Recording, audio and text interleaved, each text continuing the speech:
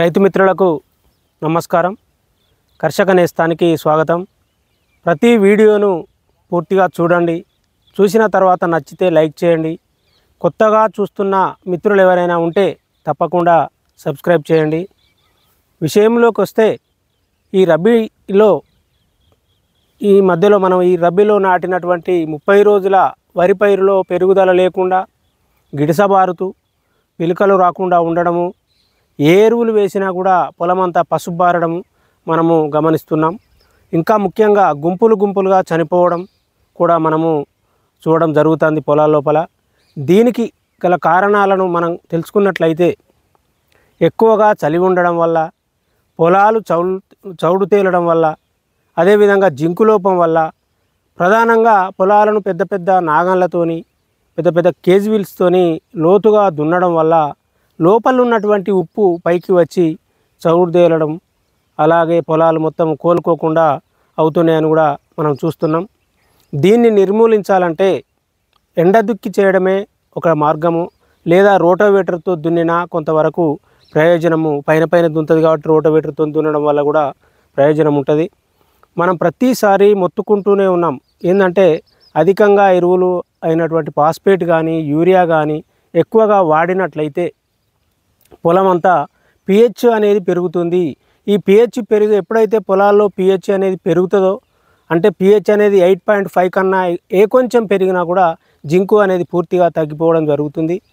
Phosphate ఎక్కువైనప్పుడు జింకుతో పాటు మిగతా పోషకాలు కూడా మొక్కకు అందకుండా, మొక్క లేకపోవడం వల్ల తీసుకోదు. అదే ఎట్టి పరిస్థితుల్లో ఫాస్ఫేట్ కానీ యూరియా కానీ స్తోమతకు మించి ఎక్కువ వాడినప్పుడు అది మొక్కలు తీసుకోకపోవడము, మొక్కలు చనిపోవడము, మొక్కలు ఎర్రబారిపోవడము ఇప్పుడు మనం చూస్తున్నటువంటి ప్రధానమైనటువంటి కారణం. మరి ఇలాంటి క్లిష్ట పరిస్థితులలో పొలాన్ని ఆరబెడుతూ సన్నని పగుళ్ళు వచ్చే వరకు ఆరనిచ్చి మళ్ళీ కొత్త నీరు పెట్టి మళ్ళీ ఆ నీరును పూర్తిగా మొత్తం పొలంలో నుంచి మొత్తం పూర్తిగా తీసివేసి, అదేవిధంగా మళ్ళొకసారి కొత్త నీరు పెట్టి మళ్ళీ ఇట్లా 2-3 సార్లు కనుక మనము పొలంలో నుంచి ఫుల్గా నీళ్లు పెట్టి తీయడం వల్ల ఏంటంటే సల్ఫ్యూరిక్ ఇంజ్యూరీ అనేది తగ్గుతుంది. మనకు సల్ఫ్యూరిక్ ఇంజ్యూరీ కూడా పొలాలలో ఎర్రబోవడానికి ఒక కారణం ఏంటంటే మనం పొలం కనుక లోపలికి పోతే అందులో నుంచి బుడగలు వస్తూ ఉంటాయి. మనం ఒక పాదును కనుక మనం పీకి చూసినట్లయితే నా వేర్లు నల్లగా అయ్యి కుళ్ళినటువంటి కోడిగుడ్ల వాసన వస్తుంది. అది మనం కనుక దాన్ని చూసినట్లయితే అది సల్ఫ్యూరిక్ ఇంజ్యూరీ అయిందని మనం తెలుసుకోవచ్చు. ఈ కొత్త నీరు పెట్టుకుంటూ మళ్ళీ ఆ నీరు తీసేసుకుంటూ మళ్ళీ కొత్త నీరు పెట్టి మళ్ళీ పాత నీరు కాగానే మళ్ళీ దాన్ని తీసేసుకుంటూ చేసినట్లయితే సల్ఫ్యూరిక్ ఇంజీర్ని మనము సమగ్రంగా తగ్గించవచ్చు. ఇదే విధంగా జింకు లోపము ఉన్నవాళ్ళు ప్రధాన పొలాల్లో దిక్కిలో 20 కిలోల జింకు వేయనటువంటి వాళ్ళు, జింకు సల్ఫేటు వేయనటువంటి వాళ్ళు 7 రోజులలో 2 నుండి 3 సార్లు కనుక పైపాటుగా పిచికారీ చేసినట్లయితే పొలాన్ని మనం జింకు లోపం కూడా సరిచేయచ్చు.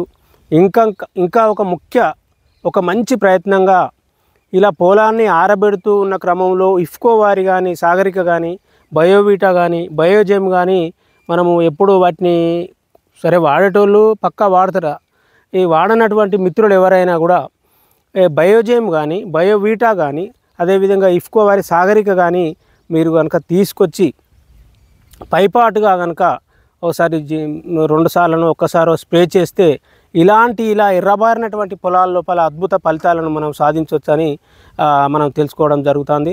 ఎందుకు చెప్తున్నానంటే ఈ బయోవీటా అయినా బయోజైమ్ అయినా కూడా అందులోపల చాలా విలువైనటువంటి న్యూట్రియంట్స్ అందులో ఉంటాయి. ఎందుకంటే అది సముద్రపు గడ్డితో తయారు చేసినటువంటి ప్రోడక్ట్స్ ఈ 3. అందుకనే దాంట్లో ఏముంటాయంటే యాక్సిన్స్ కానీ, సైటోకైనిన్లు, gibberellic acid, iron, potassium, phosphorus, nitrogen, magnesium, boron, copper, zinc, amino acids, sulphur, ఇలా చెప్పుకుంటూ పోతే దాదాపు 17-18 పోషకాలు న్యూట్రియంట్స్ మనకు ఉంటాయి ఇందులో. ఈ ప్రొడక్ట్స్లో ఏదైనా ఒకటి తెచ్చి మీరు కనుక స్ప్రే చేసినా పర్వాలేదు, లేదంటే స్ప్రే చేయడమే బెటరు. ఎందుకంటే కొంతమంది ఆ యూరియాలో లేకుంటే ఇసుకలో కలిపి చల్లడం జరుగుతుంది. అది అట్లొద్దు. ఆకుల మీద వాడాలంటే తప్పకుండా మనము స్ప్రే రూపంలో మనం చేయాలి. ఈ ప్రయోగాన్ని కనుక మీరు చేసినట్లయితే మీ పిలుక శాతాన్ని కానీ, మీ ఎర్రబారినటువంటి పొలాలను కానీ మీరు తప్పకుండా కాపాడుకుంటారనేటటువంటి ఈ చిన్న మెసేజ్ని మీకు ఇవ్వడం కోసమే మళ్ళీ వీడియో చేయడం జరిగిందని ముగిస్తున్నాను.